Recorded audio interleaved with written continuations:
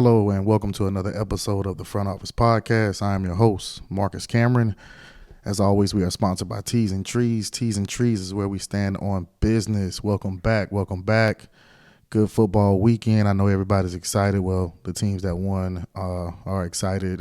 Heartbreak for the guys who lost. I actually feel pretty good. The Front Office Podcast is 4-0 so far going into championship weekend. So that's a pretty good stat for us. Shout out to us.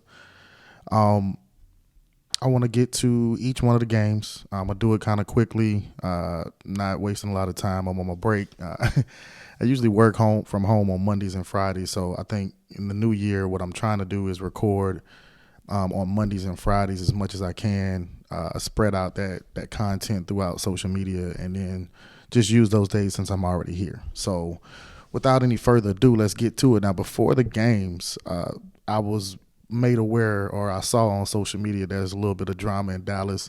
Just a quick note, man. This is why people don't be fucking with y'all, because y'all got all this bullshit going on. Supposedly Michael Parsons' brother tweeted out something about Dak. He wants him out of Dallas. Bro, my opinion on it is this. Listen, anybody can use your social media any type of way you want. It's your choice. I'm not judging you on that, but you just have to kind of think a little bit further.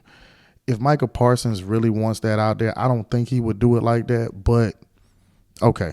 You know what I mean? If he has the right to feel however he wants to feel. But the brother tweeting it out, and if Michael Parsons really didn't know you was going to do that, bro, that was just some goofy shit. Like, just shut the fuck up. Like, drink water and mind your damn business. That shit ain't got nothing to do with you, fam. Nothing.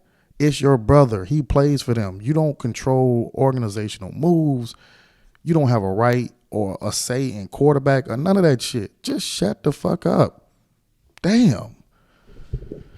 All right. Actually, I'm going to use that as a opportunity. I'm going to record or starting a new series starting tonight. It's going to be called Black Monday. It's where I get to kind of air out all my grievances like that. I'm trying to do it a little bit more creative, so it'll probably air tomorrow. If I get it done before then, maybe we'll see how that goes. But Saturday's games, Ravens versus Texans. I thought this game was going to be a blowout. It was better than I thought it was going to be in the first half. I thought the Texans defense showed up. I thought TJ Stroud was ready for the moment.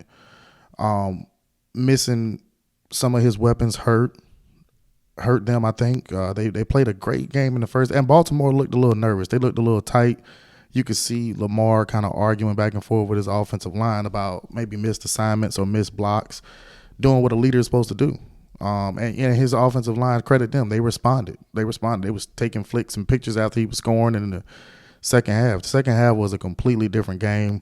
I thought that defense locked in. I thought Baltimore was always the more talented team, just a better team, but I thought they really kind of just showed it. And I thought the turning point in the game, honestly, was in the third quarter. It was a stretch where Baltimore had the ball the entire damn third quarter.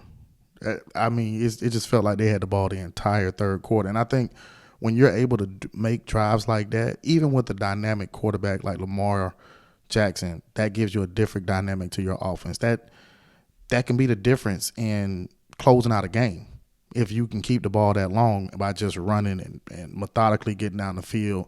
I thought Buffalo didn't do that in that game. We'll get to that in a second.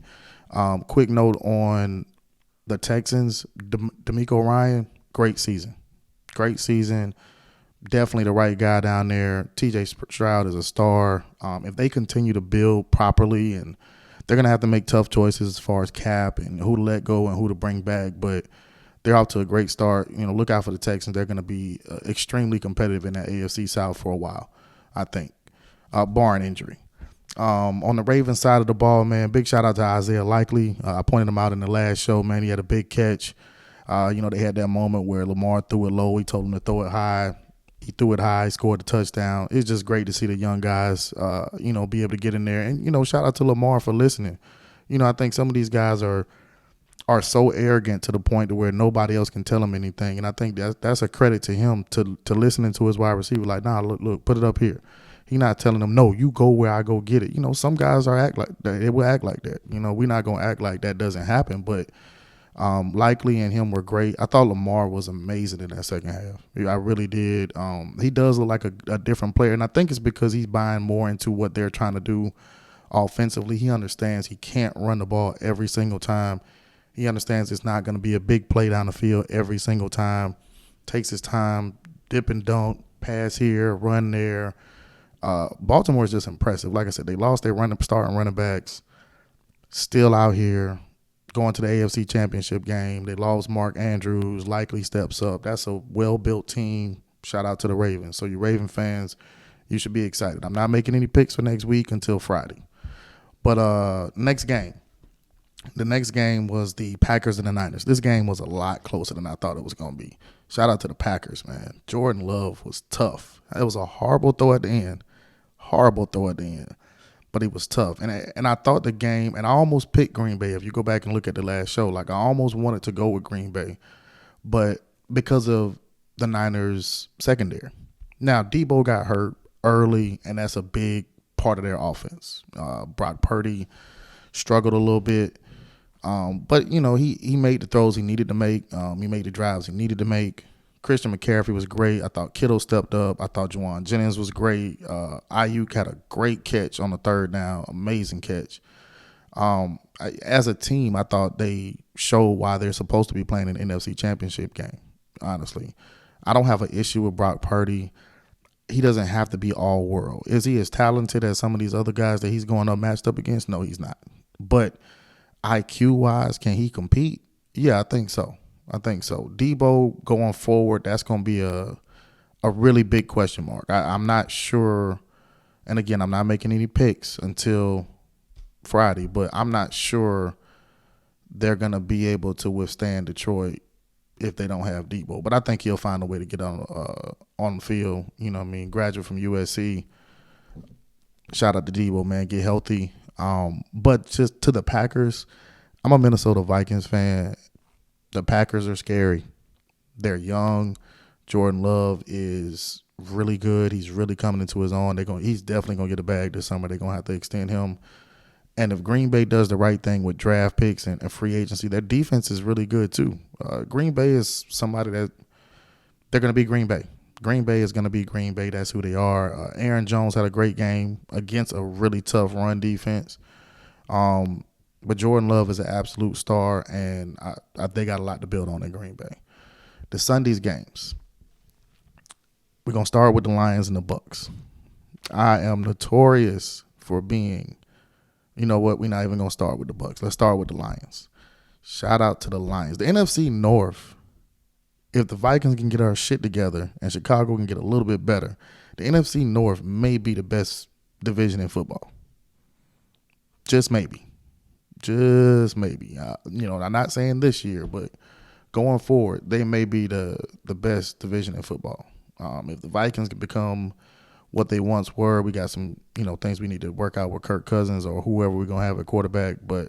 And if Chicago, steps up and becomes a little bit better, but competitive, threatened to make the playoffs, easily could be the best division in football. But to start with the Lions, man, shout out to them.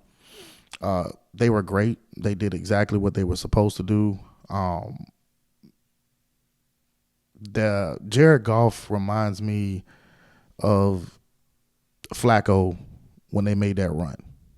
And again, I mentioned Flacco on the last show saying no disrespect. When they made that run, when he was with Baltimore, Joe Flacco was the best quarterback in the NFL for those however many games, period.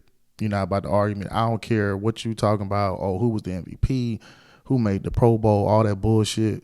Those 4 games, that guy was the best quarterback in football, period. He just was. He was the best quarterback. I think you're starting to see that with Jared Goff. I'm not saying he's the best, but he's having a run. He had a great game against the Rams where they really needed him to run the ball. Throw the ball well, have a big game. He did.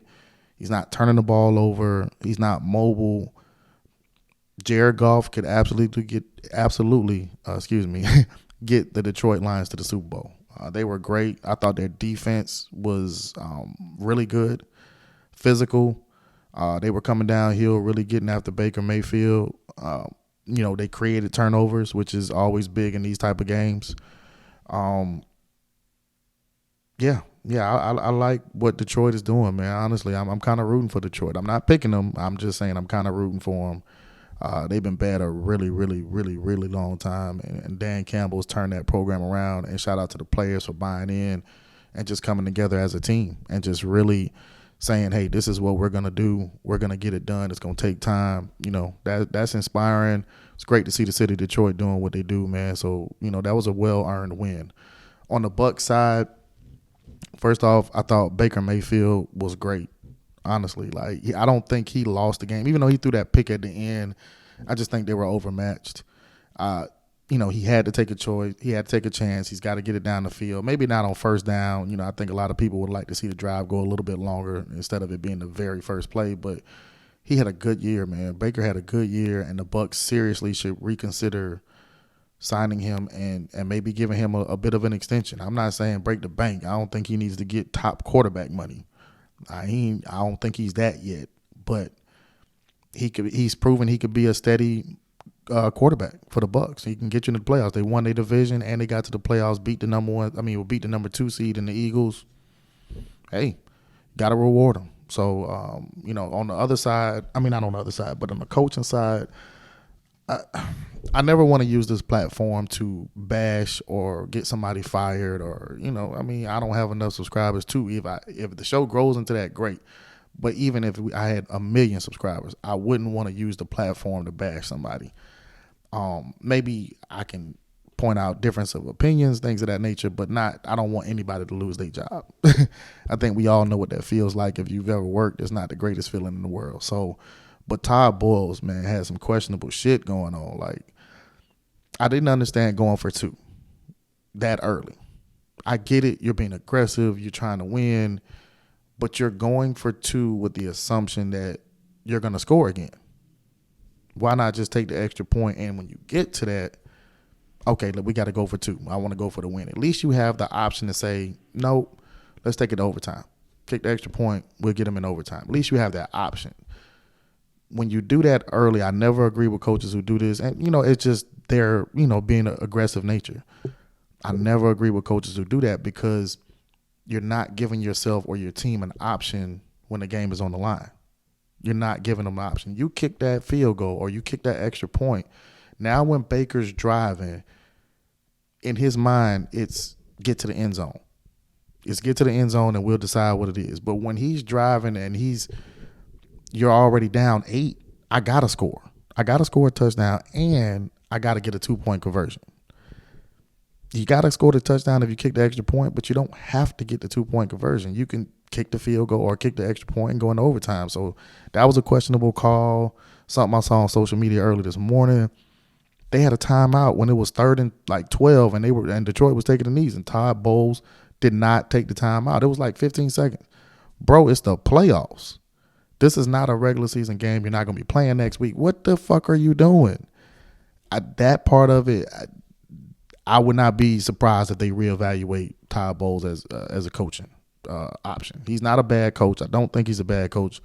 Very questionable decisions in that game, though. Very questionable. The big dog of the weekend, which I knew it was going to be, I think everybody knew it was going to be, was the Chiefs and the Bills. Shout out to my man Frank, covered on that bet, baby. I appreciate that 50. I didn't hit on my prize picks, but that kind of makes up for it. I definitely didn't put 50 on that prize picks one, so it turns out to be a profit. I appreciate you. Bills and Chiefs, man, in Buffalo. It was a big to-do made about Patrick Mahomes not being able to play on the road. Did we really think that my homeboy can't play and win on the road? Was that a real question? Do these guys who get paid millions of dollars to talk about football, did y'all honestly bring that up and think that was going to be some type of fucking kryptonite for him? I'm just fucking curious. Seriously. Let's start with the Chiefs, who won the game. I thought the X factor was they ran the ball well. Everybody will point to Patrick Mahomes. They'll say Kelsey had 2 touchdowns. He was killing. Me personally, I thought getting 146 yards between 2 of your running backs and Patrick Mahomes having a 16-yard scramble or a 20-yard scramble, I thought that was big against a defense that was beat up, not healthy, and generally doesn't give up a lot of big chunks of running yards. Running the ball allows you to be able to control the clock, control the tempo. It just does so much for an offense that's already potent with Patrick Mahomes and Travis Kelce. So I thought that was a huge, huge X factor. I thought the receivers stepped up. We've been killing Scanlez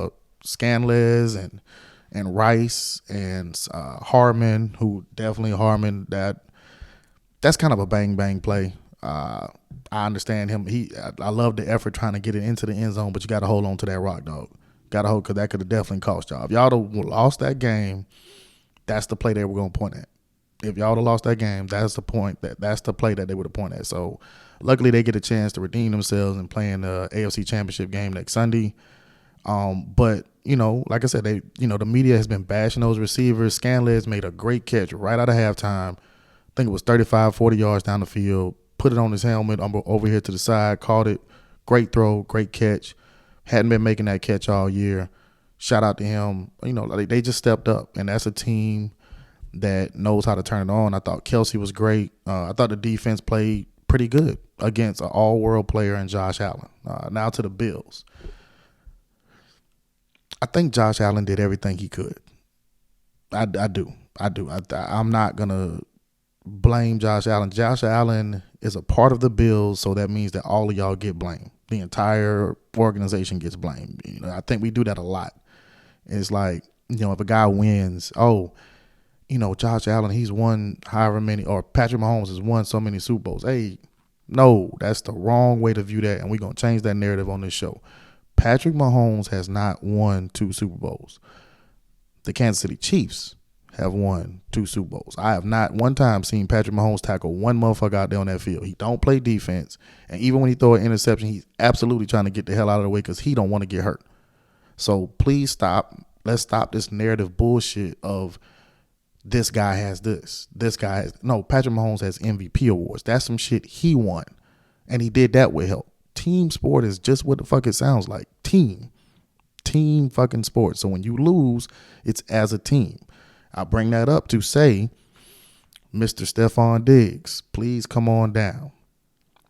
All you do, first of all, let's give him some props. I learned this at Verizon. Let's give Stephon some props. Stephon Diggs is a all-world wide receiver, one of the best in the game.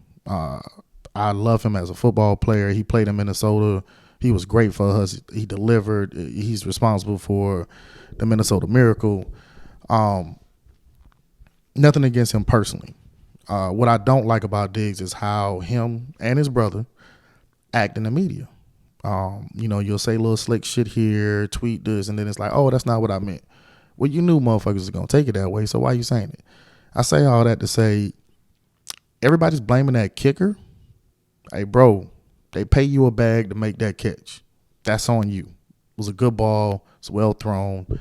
I get it, bro. I'm not saying you got to be perfect. You can never drop a ball, but in that moment, that's on you. I'm glad I haven't heard anything about you talking about you want to leave and all this other bullshit, normally, but that's kind of on you, bro. That's on you. I don't play football. I don't know how hard it is out there in the cold to go through a season and train. So I'm not disrespecting, your craft.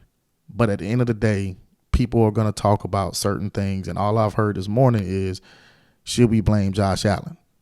Josh Allen gets blamed like everybody else, but you definitely, Mr. Diggs, you definitely need to get some of this blame because that you should have made the play.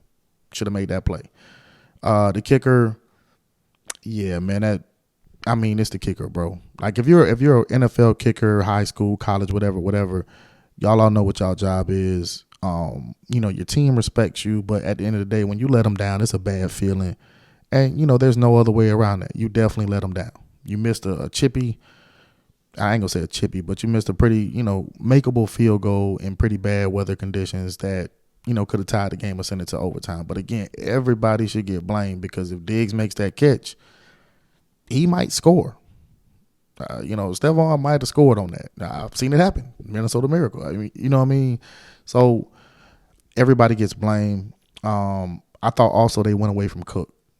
I thought Cook wasn't gashing Kansas City, but he was giving them a different option, a different look for that defense to prepare for.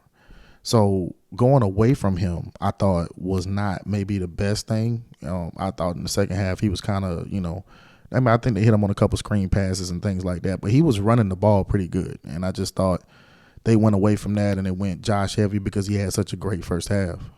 But it is what it is, man. So we got Championship Sunday coming up.